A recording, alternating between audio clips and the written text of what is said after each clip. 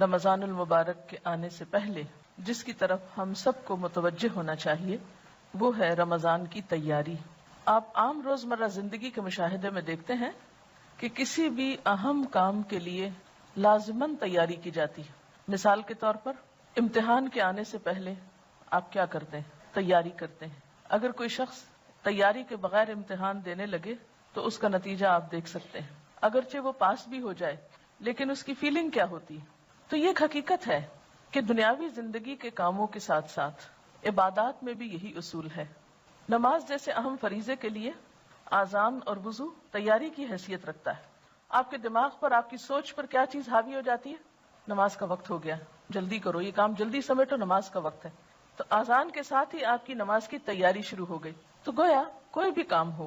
اس سے پہلے تیاری کا کرنا، اور تیاری میں دو چیزیں آتی ہیں، نمبر 1 ذہنی تیاری اور نمبر 2 عملی تیاری۔ ذہنی تیاری میں کیا چیزیں شامل ہیں کہ آپ اپنی سوچ کو، اپنے دھیان کو، اپنے احساسات کو، اپنے جذبات کو اس طرف موڑنا شروع کریں، ایسے اسباب اور ایسے حالات سے گزریں کہ جس سے آپ ذہنی طور پر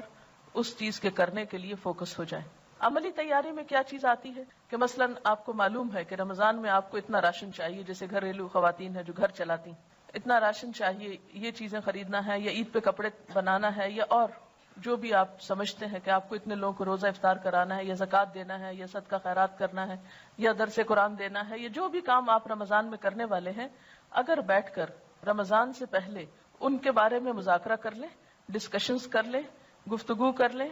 تیاری کر لیں، عملی طور پر آپ بازار جا کر اپنا حساب کتاب کر لیں کہ کتنا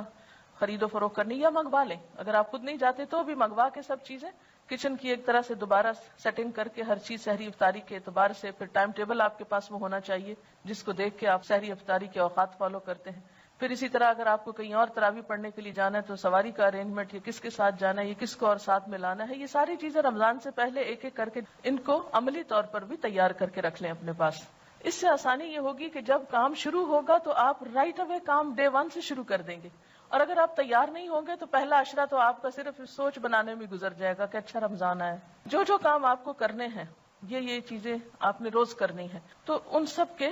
انہیں ترتیب بار اپنے چیزیں لکھ کر رکھ لیں۔ پھر یہ ہے کہ جائے نمازیں وغیرہ دھو کے صاف ستھری کر لیں، کیونکہ افسوس کے ساتھ کہنا پڑتا ہے کہ بعض گھرانوں میں اس کا اہتمام نہیں ہوتا، اور بہت فریکوینٹلی یہ چیز دیکھنے میں آتی ہے کہ لوگ سارا گھر صاف رکھتے اور ایک جائے نماز گندی رہ جاتی، شاید وہ مائنڈ کرتے ہیں اس کو دھونا یا گناہ سمجھتے ہیں۔ تو عبادت میں لطف کے لیے کیا ہے، تھوڑا سا گھر کی صفائی کو بھی دیکھ لیں، یعنی ہر ایک چیز جو ہے بالکل ترتیب سے کر لیں۔ پھر خاص طور پر سروینٹس کے بارے میں حضور صلی اللہ علیہ وسلم نے توجہ دلائی کہ ان کے اوپر ایسا بوجھ نہ ڈالا جائے کہ جو اٹھا نہ سکیں۔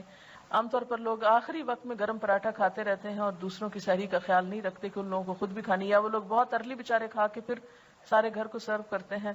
ہم خود سوتے ہیں اور ان کو کام میں لگائے رکھتے ہیں، تو ان چیزوں کا بھی تھوڑا دھیان رکھنا ہے۔ دیکھیں وہ نماز کیسی ہے جو آپ خود پڑھ رہے ہیں اور آپ کے گھر کے مسلمان سروینٹس نماز نہیں پڑھ رہے، وہ روزے کیسے ہیں کہ آپ خود روزے رکھ رہے ہیں اور آپ کے گھر کے سروینٹس جو ہیں ان کو روزے کی پرواہ نہیں، پتہ ہی نہیں۔ اور اگر کئی دفعہ میں نے ایسے لوگوں سے بات چیت کی ہے کہ آپ نے روزہ رکھا، تو کبھی بھی ہم کہاں سے روزہ رکھ سکتے ہیں، ہمارے تو کام ہی بہت ہیں۔ تو اتنا اس وقت افسوس ہوتا ہے کہ کیا یہ نہیں ہو سکتا کہ رمضان میں کچھ کام کم کر لیں۔ کئی لوگ تو نئے کام شروع کر لیتے ہیں، گھروں کی سفیدی شروع کر دیتے ہیں، پینٹ کرانے لگتے ہیں، فرنیچر بدلوانے لگتے ہیں، وہ کہتے ہیں اور تو کوئی کام نہیں ہے اب، کیونکہ دن کی پارٹیاں کافی پارٹیز ختم ہو جاتی ہیں، تو وہ اس مہینے کو کس طرح لیتے ہیں گھروں کی رینوویشن کے لیے، اور اس میں بے وجہ میں ہم سروینٹس وغیرہ کا کام بڑھا دیتے ہیں۔ تو اس چیز سے پرہیز کرنے کی ضرورت ہے کہ اس مہینے کو عبادت کا مہینہ سمجھ کے منایا جائے، نہ کہ دنیا داری کرتے ہوئے۔ پھر اسی طرح نماز کے لیے آپ ایک ٹارگٹ اس رمضان میں رکھ سکتے ہیں، یا آپ یہ رکھ لیں کہ زیادہ نوافل پڑھنے، یا یہ رکھ لیں کہ خاص خشوع و خضوع کا، یا یہ کہ اول وقت، یعنی کوئی ایک ٹارگٹ اپنا رکھ لیں کہ میں اس رمضان میں اول وقت نماز پڑھوں گی، ساری نمازیں اول وقت۔ اور اس طرح آپ کو کیسے پورا ہوگا؟ الحمدللہ عام دنوں میں فجر آپ کے لیے اول وقت پڑھنا مشکل ہوتی ہے، اٹھتے اٹھتے کچھ دیر ہو جاتی ہے، لیکن رمضان میں تو آپ اٹھے ہوئے ہی ہوں گے۔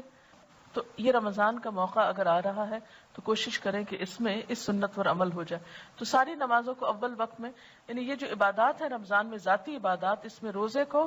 حقیقی روزہ، نماز کو، اول وقت کی نماز اور خشوع و خضوع، پھر اسی طرح نوافل میں جو چیزیں آپ کر سکتے ہوں، اور اس میں خاص طور پر قیام اللیل یعنی جو تراویح کی نماز ہے اس کا اہتمام، تراویح کو بہت شوق کے ساتھ، کیونکہ اس میں مغفرت کا وعدہ بھی ہے کہ جو رمضان میں قیام شوق و ذوق کے ساتھ کرے گا وہ اس کے گناہ معاف کر دیے جائیں گے۔ پھر اسی طرح قرآن پاک کی تلاوت، قرآن پاک کی فجر کے وقت تلاوت جو ہے، یعنی نماز کے بعد جو آپ تلاوت کریں، اس تلاوت کو لاؤڈلی کرنے کی عادت ڈالیں۔ آپ دیکھیں گے کہ آپ کی زبان کی لکنت اور آپ کی زبان کی رکاوٹ وہ دور ہوگی اس سے انشاءاللہ۔ پھر اسی طرح یہ جو صبح شام کی دعائیں ہیں خاص طور پر ان کو پڑھنے کی عادت ڈالیں، اور ان کو آپ زبانی یاد کرنے کی بھی کوشش کریں اور روزانہ ان کو پڑھیں بھی۔ آخر دعوانا ان الحمد للہ رب العالمین۔